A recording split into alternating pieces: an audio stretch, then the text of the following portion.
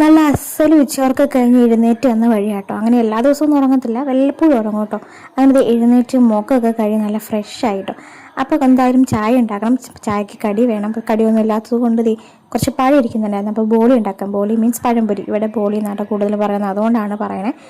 ഇപ്പോൾ എല്ലായിടത്തും പഴംപൊരി എന്നാണ് പറയണത്. എന്നാലും പഠിച്ച് നമ്മൾ പറഞ്ഞ് ശീലിച്ചത് കൊണ്ട് ബോളി ഒന്നേ വായി വരത്തുള്ളൂ. ഇനിയിപ്പോൾ അതിൻ്റെ റെസിപ്പി ഒന്നും പറയണ്ടല്ലോ. കുറച്ച് മൈദമാവും, പിന്നെ അരിപ്പൊടി, പിന്നെ കളറിന് മഞ്ഞൾപ്പൊടി, കുറച്ച് പഞ്ചസാരയും, പിന്നെ കുറച്ചൊരു നുള്ളു ഉപ്പും ബാലൻസ് ചെയ്യാൻ വേണ്ടി, ടേസ്റ്റ് ബാലൻസ് ചെയ്യാൻ വേണ്ടി കുറച്ച് ഉപ്പ് ഇട്ടിട്ട് നന്നായിട്ടൊന്ന് മിക്സ് ചെയ്തിട്ട് നമ്മുടെ പഴയതിൻ്റെ അകത്തിട്ട് പൊരിച്ചെടുക്കുക. അത്രയേ ഉള്ളൂ കേട്ടോ. അങ്ങനെ നമ്മുടെ ബോളി പഴംപൊരി അങ്ങനെ റെഡി ആയിട്ടുണ്ട്.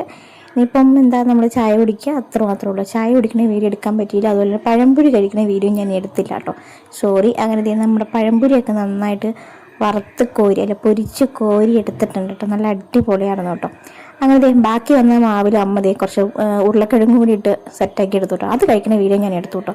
ബാക്കിയുള്ള വീഡിയോ എടുക്കാൻ മറന്നു പോയിട്ടോ. അപ്പോൾ ഇത്രയുള്ള വീഡിയോ ഇഷ്ടപ്പെട്ടാൽ ലൈക്ക് ചെയ്യുക, ഷെയർ ചെയ്യുക, കമൻറ്റ് ചെയ്യുക, സബ്സ്ക്രൈബ് ചെയ്യുക. ബൈ.